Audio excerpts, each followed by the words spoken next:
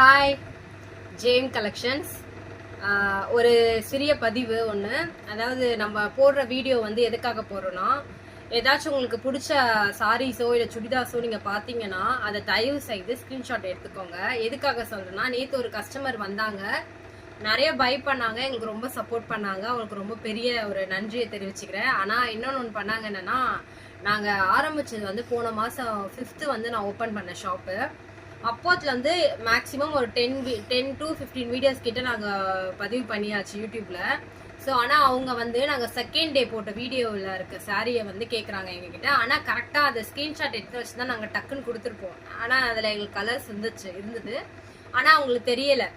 So நான் திருப்பி பழைய ஃபஸ்ட்டு வீடியோலேருந்து காமிச்சு அதை வந்து இந்த சாரியான்னு கேட்டு அவங்களுக்கு கொடுக்குறதுக்குள்ளே எங்களுக்கு டைம் இல்லை எனக்கு.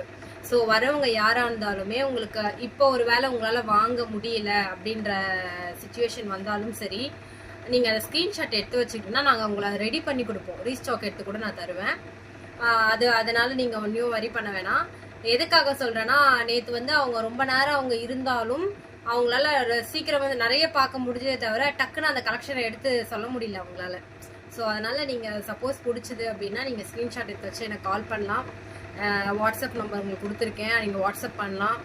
அதே போல் உங்களுக்கு எப்போ வேணும் நீங்கள் முன்கூட்டியே சொல்லிட்டா நாங்கள் அரேஞ்ச் பண்ணி தருவோம். இந்த ஒரு பதிவிட தான் நான் வந்து உங்களுக்கு இந்த மெசேஜ். உங்களுக்கு ரொம்ப தேங்க்யூ.